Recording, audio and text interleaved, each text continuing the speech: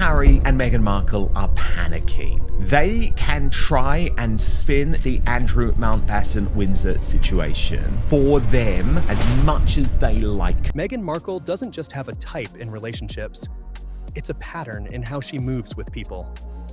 Staff members cycle in and out in under a year. Publicists barely make it to month 10 before disappearing. Friends. They get pulled in close behind the scenes, then quietly dropped when the spotlight hits. It's not random. It's a system. First comes the charm, then comes the favor, then comes the exit. Since 2020, more than 20 employees have stepped away from what insiders call the Sussex Circle. They were not poor. They just wanted to land a rich man and make easy money. And the worst part of it all is that Meghan Markle was already with Trevor Engelson there. She was already living with him. There was no need for her to be hustling this way. Their 11th publicist? Already gone. And the numbers tell their own story. A foundation that once brought in $13 million has reportedly slowed down to around $2 million over just a few years. That's not a small dip. That's a shift. Now here's where it gets interesting. According to multiple reports, Meghan and Harry may be circling a new connection. Not a show, not a deal. Something way more personal. Two royal cousins. Two insiders. Two people, suddenly caught in a storm after their father's situation exploded into headlines. Has all pretty much the same friends that Eugenie and Beatrice had. And in 2017, Fergie gave an interview after Meghan Markle got married and everything, welcoming them into the family. And she said that she had never met Meghan Markle until the wedding. Princess Beatrice and Princess Eugenie. If even part of these reports hold up, this isn't just another headline. This could shake things inside the royal family in a way we haven't seen since Spare dropped. And here's the detail most people completely miss. Meghan didn't meet Eugenie through Harry. It's the other way around. Kind of. Before Harry was even in the picture, Meghan and Eugenie were already crossing paths in the same London social scene. Meghan has got no real income anymore. She's finished. Right. Netflix series is over. There's no great podcast. They don't generate any money. And I don't see where she is going from here. I think she has a major problem. We're talking Soho House, the kind of place where media, fashion, and elite circles all blend together behind closed doors. Their link? Misha Nonu, the designer who later helped set up that now famous introduction in 2016. Even Meghan confirmed it during the Oprah interview 2021. She and Eugenie already knew each other. That connection didn't start with Harry, and that changes how this whole story looks. Before Harry was even in the picture, Meghan was already moving in the same circles as Princess Eugenie and her future husband, Jack Brooksbank. What I discovered was, of course, that she was hunting for a man in England from 2013, and she wanted wealth and she wanted fame, and she targeted. There's no doubt she targeted Harry. So when Harry started dating Meghan, Eugenie didn't hesitate. She stepped in fast. Not William, not Kate, not Charles. Eugenie was the first royal to meet her. And according to Finding Freedom, she didn't just approve, she backed Meghan fully. Eugenie reportedly called her just the tonic for Harry, a line that made headlines when it was picked up by Evening Standard. This wasn't surface-level friendship either. It went deep. Double dates, private trips, Lake Como getaways alongside George Clooney and Amal Clooney. Andrew told, in your book, you talk about how Prince Andrew told Prince Harry his marriage to Meghan Markle would not last more than a month and accused him of being bonkers for not doing his due diligence into her past. There's nothing defamatory about it. That was the one point where people were sort of cheering him on. And when Harry and Meghan stepped away in 2020, Eugenie and Jack didn't distance themselves. They moved into Frogmore Cottage for a time, the same house the Sussexes had just left behind. That's not coincidence. That's alignment. And here's why the timeline matters so much. When things shifted after the exit, most of the royal family pulled back. Communication slowed, distance grew. The institution closed ranks and made its position clear. But Eugenie? She didn't follow that pattern. She went the opposite way, crossing the line others wouldn't. Has confirmed that the Duke and Duchess of Sussex will not be returning as working members of the royal family. Footage from the Harry and Meghan showed her out in Montecito, spending time with the family. on the beach with Archie, relaxed, laughing, fully present. That's not a polite, distant connection. That's someone choosing to stay close, even when it's visible to millions. And it didn't stop there. In Spare, Harry describes a moment at Royal Lodge where Eugenie and Jack greeted Meghan warmly, right there in front of Queen Elizabeth II. Sarah, Andrew, Beatrice, Eugenie, they're all cut from the same cloth. And if I did think that any of them were different, I wouldn't be tarring them with the same brush just because they are Andrew and Sarah's daughter. A quiet gesture, sure. But in a room full of tension, it spoke loudly. Because in that environment, even small moves carry weight. And that one made it very clear, where Eugenie stood wasn't neutral. Princess Beatrice was never as personally close to Meghan. That connection just wasn't there the way it was with Princess Eugenie. Beatrice stayed more aligned with the institution, more careful, more measured. But don't get it twisted. The overlap still existed. The York sisters and Harry's circle crossed paths for years through Royal Lodge gatherings, shared events, and the same elite social network. And even recently, the link didn't fully disappear. Beatrice and Eugenie, sadly, are more implicated in this than a lot of people would like to think. Why, as a society, are people still calling them young? In 2025, GB News reported that Meghan's connection with Eugenie was still holding strong despite the wider family tension. The detail that really stands out: Harry and Meghan reportedly bought a holiday home in Portugal, right near where Eugenie and Jack Brooksbank spend time. Let's be real. You don't invest in property next to someone you've drifted away from. That's not distance. That's intentional proximity. So this relationship wasn't random. It was built over more than a decade. To, I think, have some things that are not good come out still. I think what Andrew Lowney was saying about Beatrice and Eugenie is relevant. He's done extensive research on them. He knows things that we don't even know now. And he has also talked about how the worst is still yet to come and that they're not innocent. And it survived one of the most divisive periods the royal family has faced in modern times. That's exactly why what comes next feels different. Because somewhere between 2024 and early 2026, something shifted. At least, that's the version being pushed by palace-adjacent sources. And that wording alone should make you pause and think. The Royal Observer published claims that Beatrice and Eugenie hadn't been in contact with the Sussexes for a while. The same report says both sisters are now firmly backing the royal family, showing visible support for King Charles III and Prince William, especially during a period when the institution needed stability and public presence.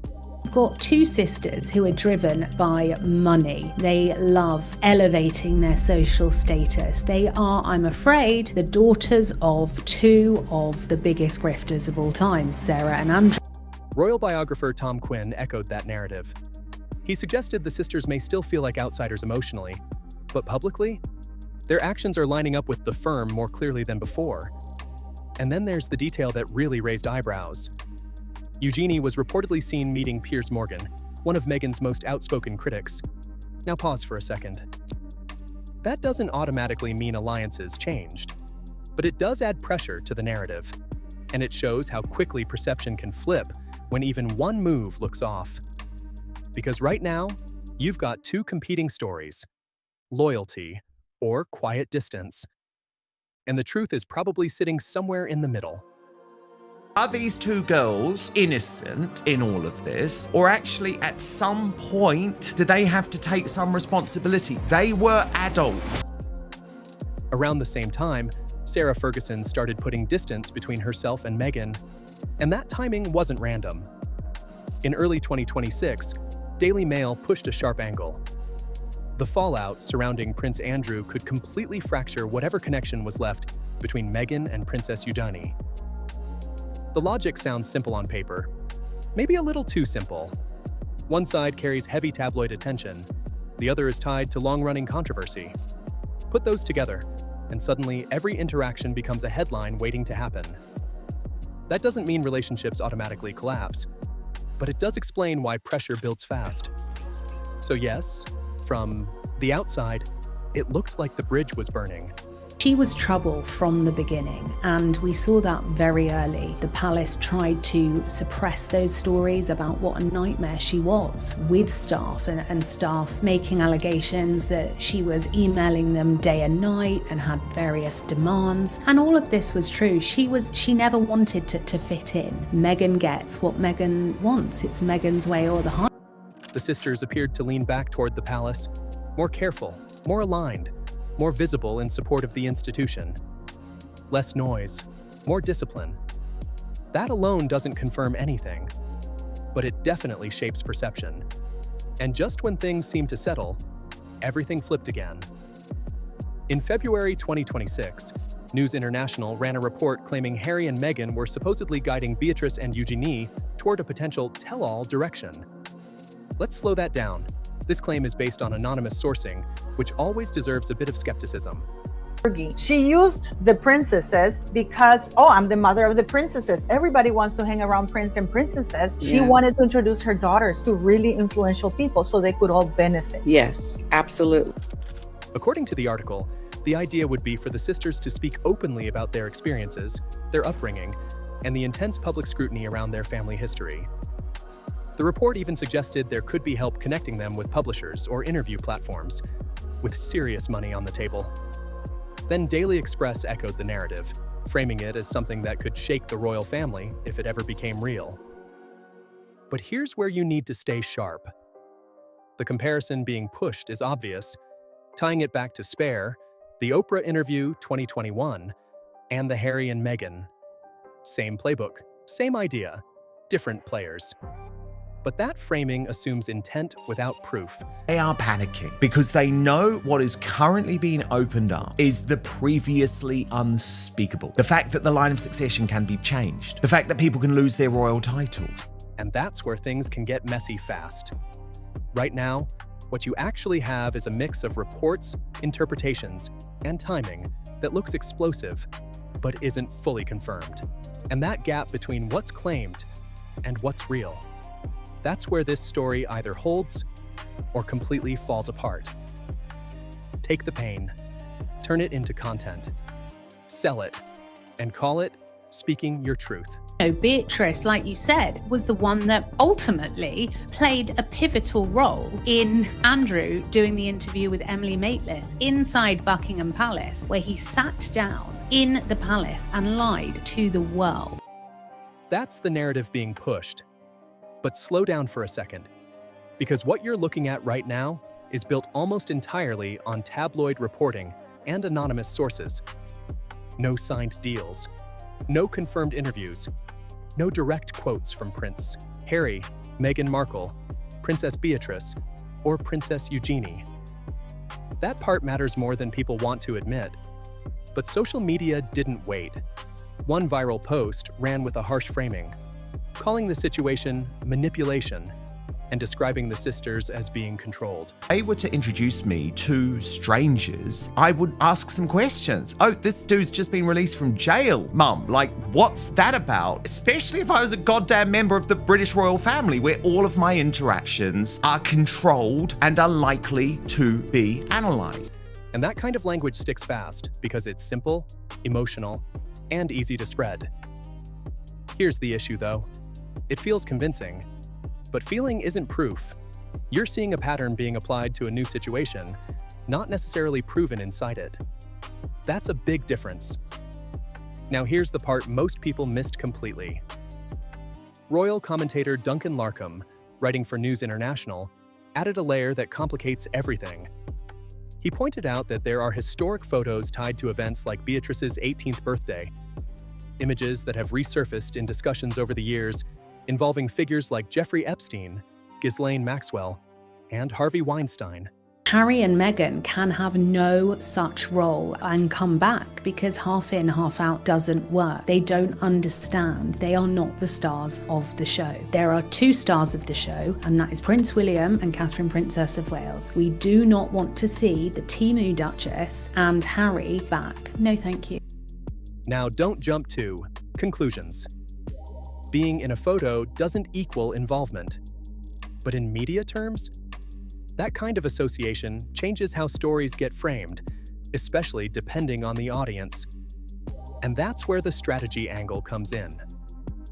According to that same reporting, Meghan is said to be cautious about public perception, especially in the US, where these topics carry heavier scrutiny. So what's being suggested? Private support, but public distance. Andrew Loney has said time and time again, there are many questions Beatrice and Eugenie need to answer. Money has appeared in their bank accounts. They have used their royal status to climb the social ladder. They have really, I would argue, abused their role with soft power to advance their careers and their social position for financial. Let Harry maintain the family connection behind the scenes, while she stays more measured in how visible that support looks externally. Not emotional avoidance, calculated positioning. If that's accurate, then this isn't about cutting ties. It's about controlling optics in a situation where every move gets analyzed. And here's the real question you should be asking.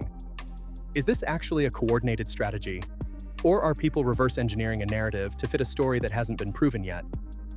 If that risk is real, then it's not something Meghan would casually take on. Her public image is already under constant pressure. Every move gets picked apart within hours. Every appearance turns into headlines. Meghan was a nightmare from the beginning because she had come from an industry where you click your fingers, you pay someone, and things get dealt with. You can control the coverage. You get to behave however you want in entertainment industry. That kind of environment doesn't leave much room for messy associations. So what does that create? Not friendship first, strategy first. Because if support only shows up behind closed doors while distance is maintained in public, that's not a normal relationship. That's controlled optics, and that raises a bigger question. If Princess Beatrice and Princess Eugenie were ever pulled into a project through Sussex-connected deals, whose story would actually be told? Look at the track record. When Omid Scobie releases a book, it centers Prince Harry and Meghan Markle. When Netflix funds a series, they're the focus. When Oprah Winfrey hosts a primetime interview, they're front and center. So if a tell-all ever happened through that same pipeline, would it really be neutral? Or would it orbit the same core narrative again? Beatrice and Eugenie, they can't wait, can they, to pop on a plane to the Middle East, rinse their titles, get a few freebies. I'm afraid they're just like their parents. Now layer this on top. Daily Express reported that Prince William is keeping a close eye on how this unfolds, with suggestions that future decisions about roles or visibility could depend on associations and public perception. Then Tom Sykes, writing for the Daily Beast, pushed it even further, arguing that King Charles III may eventually need to rethink how visible the sisters are within the institution. That's a strong claim, and again, not confirmed policy, but it shows how intense the pressure has become, and it doesn't stop there. According to reports cited by Rob Shooter on Naughty But Nice, the sisters are already feeling social consequences: fewer invitations, fewer public roles, quieter positioning in elite circles. Important point though, that's not necessarily because of their own actions. It's the weight of association. When your family name keeps getting pulled into headlines, perception starts moving faster than facts. She was all in to do any and everything to make herself relevant. Hey, putting her girls in between this, that's what she was going to do, absolutely. And that's the uncomfortable reality here. This isn't just about loyalty or friendship anymore. It's about reputation, timing, and who can afford to stand next to who when the spotlight gets this harsh. This is the spot Princess Beatrice and Princess Eugenie are standing in right now, and it's not a comfortable one. Early 2026, their father, Prince Andrew, facing intense public fallout. Their mother, Sarah Ferguson, back under scrutiny. And the palace? Reportedly treating the situation carefully, managing optics just as much as people. That matters more than it sounds, because inside that system, visibility isn't random, it's controlled. Prince William is often described as personally fond of them, but cautious about pushing them forward publicly. At the same time, King Charles III still needs dependable figures during a period where both he and Catherine, Princess of Wales, have faced serious health challenges. So what do you get? A tightrope. Appear, but not too much. Support, but don't attract the wrong questions. stay visible, but never become the headline. And then, there's the other side of the equation. Reports suggest Prince Harry and Meghan Markle could be offering a completely different path, one built around telling personal experiences on a global stage. Now think about that choice carefully. Stay aligned with the institution, and risk being gradually pushed into the background as scrutiny around their family continues, or step into a public narrative, and risk becoming part of a story that may not fully belong to them. That's not an easy decision. That's pressure from both sides, and here's where you need to stay sharp again. The comparison being drawn, especially to Spare, assumes that any future project would follow the exact same pattern. That might be true, or it might be an oversimplification people are leaning on, because it fits neatly. Because unlike Harry, Beatrice and Eugenie have spent their entire lives inside the institution. They've done the walkabouts, the appearances, the quiet, consistent role that doesn't chase attention. They didn't turn their position into content. And that difference matters, which is exactly why their voices would carry weight if they ever chose to speak. Right now, most signals suggest they're not going down that route. But the fact that these reports exist at all, that tells you something important. This isn't moving toward reconciliation or calm. It's moving toward the next high-stakes decision, where reputation, loyalty, and personal narrative all collide at once. And if you think this chapter is messy, the next one could be even bigger.